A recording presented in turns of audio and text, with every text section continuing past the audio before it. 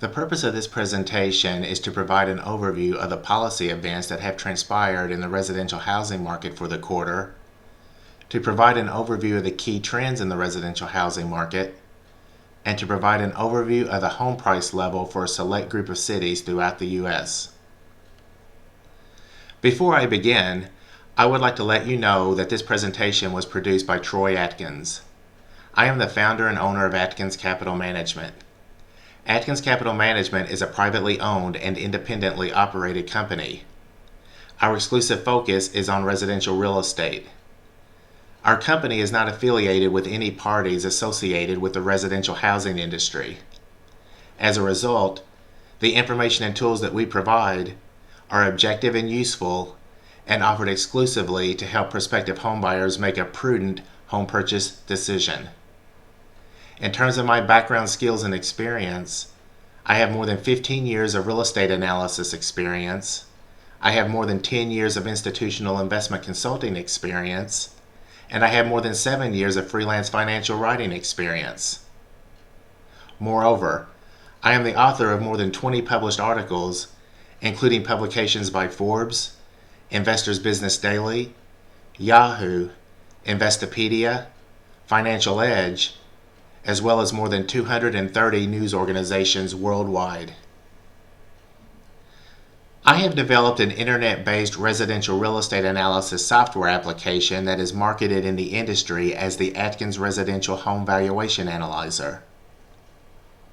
Our software application utilizes proprietary finance-based and expense-based analytical methodology, which in turn allows prospective home buyers to determine the level of underpricing or overpricing of homes in their community, as well as accurately assess the costs associated with owning a home. Our goal is to offer a comprehensive, accurate, automated, user-friendly, and affordable residential real estate analysis software application in conjunction with contemporary information about the trends and events that are taking place in the residential housing market in an economical, efficient, and effective manner. Our commitment is to make Atkins Capital Management, the ARVA Residential Real Estate Analysis software application, and our residential real estate research the premier analytical source for prospective homebuyers to use in order to make a prudent home purchase decision. Now that I have provided an overview of my company and my background, skills, and experience, let me turn your attention to the primary event that has transpired in the residential housing environment during the first quarter of this year. For the first quarter of 2015, the results of a comprehensive Stateline analysis by the Pew Charitable Trust, titled The Shrinking Middle Class, Mapped State by State, was the primary topic of discussion. This analysis provided a comprehensive review of households that spent more than 30% of their income on housing and compared the results from calendar year 2000 against calendar year 2013. The results of the analysis were as follows. First, states with the highest percentage of households spending at least 30% of their income for housing included California at 44%, Hawaii at 43%, New Jersey at 42%, and New York at 41%. Second, states with the lowest percentage of households spending at least 30% of their income for housing included North Dakota and West Virginia at 23%, and Iowa and South Dakota at 24%. Third, states with the same percentage of households spending at least 30% of their income for housing in calendar year 2000 versus calendar year 2013 included Alaska at 29% and West Virginia at 23%. Fourth, states with a lower percentage of households spending at least 30% of their income for housing in calendar year 2000 versus calendar year 2013 were not found in this study. The results of the Stateline analysis are pertinent for prospective homebuyers to understand and consider because the findings illustrate the need to use the Atkins Residential Home Valuation Analyzer in order to conduct an expense-based analysis. Moving away from the housing events to the housing trends for the first quarter of this year, it is important to note that the national average mortgage loan interest rate for a 30-year fully amortized fixed-rate mortgage loan began the quarter at 3.99% and ended the quarter at 3.88%. Since June of 2011, the national average mortgage loan interest rate for a 30-year fixed-rate mortgage loan has been less than 4.61%. Most financial pundits expected the national average mortgage loan interest rate for a 30-year fixed-rate mortgage loan to remain steady or increase slightly over the quarter. Recent comments made by the chairman of the Federal Reserve has led most financial pundits to believe that an increase in the key federal funds rate will likely take place by the end of this year. This in turn will likely cause upward pressure on mortgage loan interest rates in the future. With that said, the future level of mortgage loan interest rates will also likely be dependent upon the operating status of the government-sponsored enterprises and their future role in the housing market. From the perspective of prospective homebuyers, it is recommended that they closely follow the level of mortgage loan interest rates in their community. And remember that a mortgage loan interest rate of approximately 5.3% will require them to repay to their lender twice the amount of their mortgage loan if they make their scheduled repayments and carry their loan to maturity. This fact illustrates the high cost of mortgage loan interest expense over time and illustrates why the Federal Reserve's interest rate policy may have a very negative impact on the price level of residential housing in the future.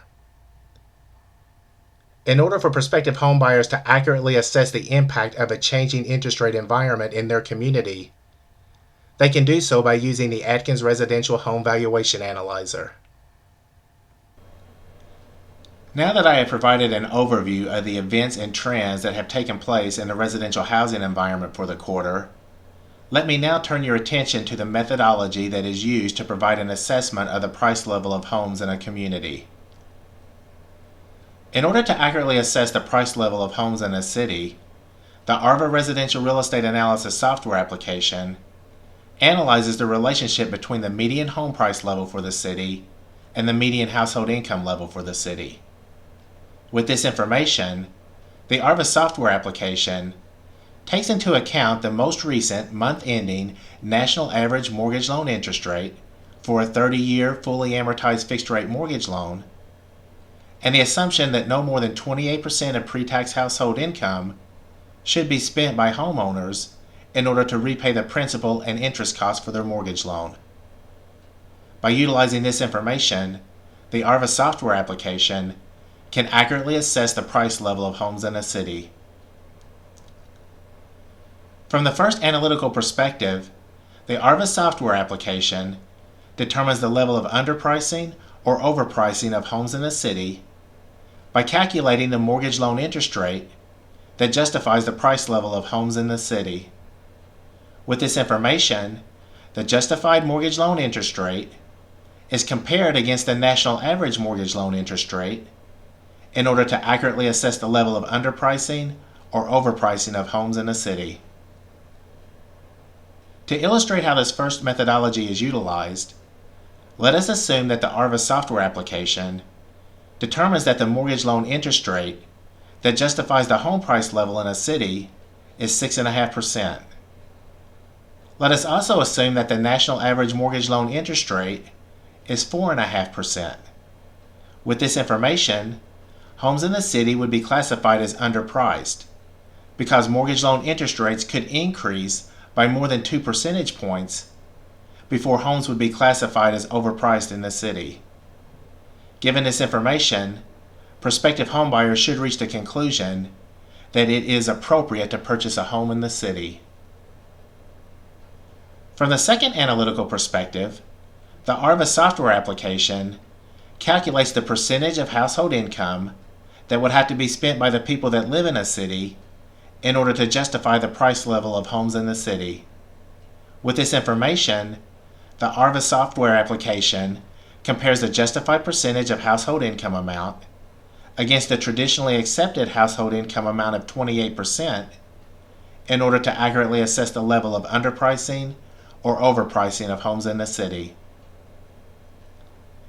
To illustrate how the second methodology is utilized, let us assume that the ARVA software application determines that the percentage of household income that would have to be spent by the people that live in a city in order to justify the price level of homes in the city is 48%. With this information, homes in the city would be classified as overpriced because the percentage of pre-tax household income amount would have to decrease by more than 20 percentage points before the price level of residential real estate property would be classified as underpriced in the city. Given this information, prospective homebuyers should reach the conclusion that it is not appropriate to purchase a home in the city. It is important to note that the ARVA software application allows prospective homebuyers to tailor their analysis to take into account specific household income amounts, home price amounts, cost of debt amounts, and percentage of pre-tax household income amounts. By tailoring their analysis to take into account these specific variables, prospective homebuyers can accurately assess the level of underpricing or overpricing of homes in their community. In terms of conducting residential real estate analysis by undertaking a historical assessment of U.S. housing trends, an interesting finding can be made by using the Atkins Residential Real Estate Analysis software application. For example, according to the U.S. Census Bureau, median household income was $52,250 in 2013 and $30,056 in 1989. In comparison, the median new home price level was $265,092 in 2013 and $120,383 in 1989. As you can see from the chart, it appears that a significant problem in the residential housing market has developed over the past 25 years, as new home prices have increased at a much higher rate than household income. Indeed, this issue could be a significant problem because most prospective home buyers obtain a mortgage loan in order to purchase a home, and they repay their mortgage loan with their household income. Therefore, household income and home prices typically need to move in lockstep in order to maintain a stable housing environment. With that said, the dramatic decrease in the national average mortgage loan interest rate for a 30-year fixed-rate mortgage loan in 2013, which was 3.98%, versus the national average mortgage loan interest rate in 1989, which was 10.32%, brings to light some key points that prospective homebuyers need to consider. For example, when people look at the relationship between median household income and median home price levels for 2013 versus 1989, there would likely be more concern about the residential housing environment in 2013 due to the pronounced mismatch between the median household income level and the median home price level during that time. However, due to the much lower cost of debt in 2013, only 29% of household income would have to be spent by homeowners in order to justify the median new home price level in that year. Moreover, the national average mortgage loan interest rate for a 30-year fixed-rate mortgage loan would only have to trend down from 3.98% to 3.7% in order to justify the home price level. Therefore, while on the surface it appears that a mismatch between the median household income level and the median new home price level was a material problem, based on the justified percentage of household income amount and the justified mortgage loan interest rate amount, the median new home price level was only slightly overpriced for the nation in 2013. In comparison, in 1989, the median household income level and the median home price level appear to be more properly aligned. This in turn would likely lead people to believe that the residential housing environment was stable in that year. However, given the high cost of debt for a 30-year fixed-rate mortgage loan in 1989, 44% of household income would have to be spent by homeowners in order to justify the median new home price level. Moreover, the national average mortgage loan interest rate would have to decrease substantially from 10.32% to 5.75% in order to justify the median new home price level.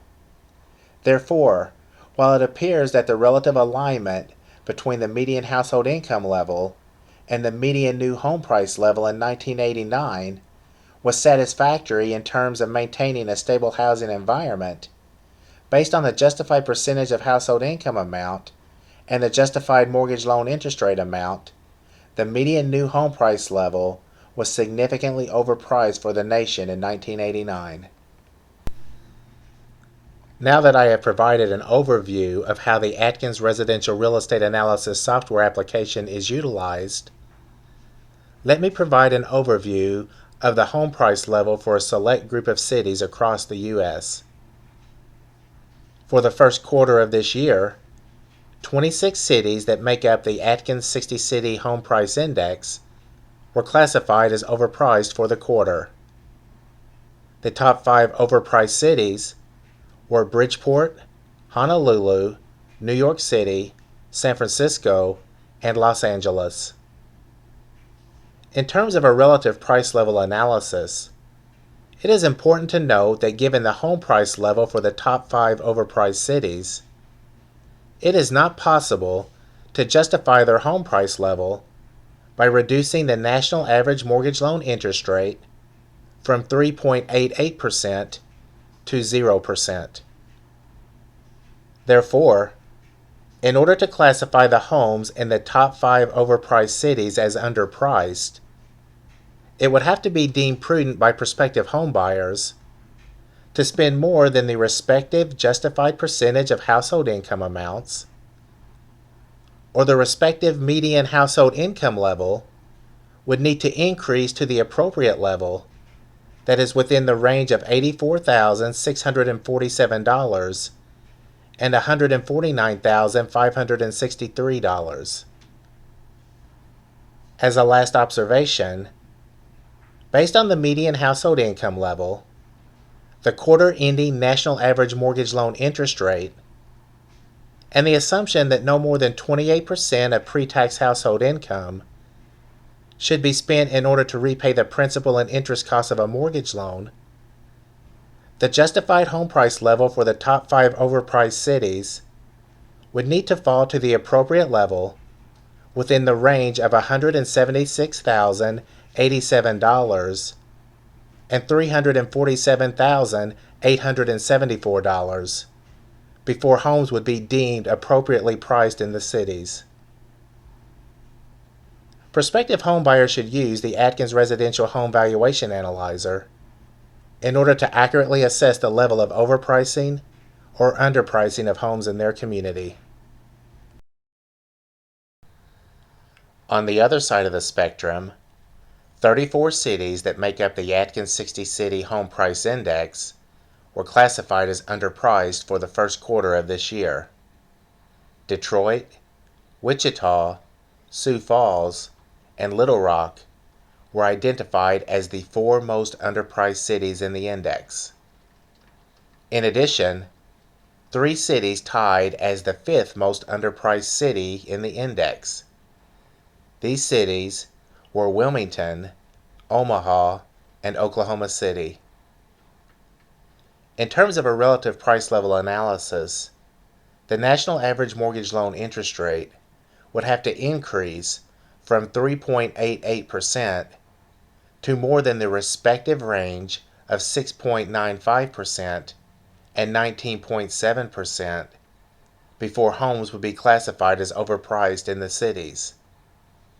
In addition, the justified percentage of household income amounts would have to be deemed as an inappropriate level for homeowners to spend in order to repay the principal or interest costs for their mortgage loan. Prospective home buyers should use the Atkins Residential Home Valuation Analyzer in order to accurately assess the level of overpricing or underpricing of homes in their community. Given the events that have transpired in the residential housing market this century, and taking into account the fact that buying a home will likely be the largest single financial transaction that prospective homebuyers will ever make, and the bulk of their net worth will likely be tied up in their home, prospective homebuyers should subscribe to use the ARVA Residential Real Estate Analysis software application in order to accurately assess the level of underpricing or overpricing of homes in their community, the largest amount of money that they should spend in order to purchase a home, and the amount of money they would need to earn on an annual basis in order to be able to afford to purchase a specific home. In addition, prospective homebuyers should subscribe to use the ARVA Residential Real Estate Analysis software application in order to be able to accurately assess total home ownership costs expressed as a percentage of household income, and to be able to determine how much a home would need to appreciate in value each year in order to offset the costs associated with owning a home. By analyzing residential real estate from these perspectives, prospective homebuyers should be able to make a prudent home purchase decision. For more information about the Atkins 60 City Home Price Index and to access the Atkins Residential Real Estate Analysis software application, please visit the Atkins Capital Management website at residentialrealestateanalysis.com. Thank you for taking the time to listen to this presentation.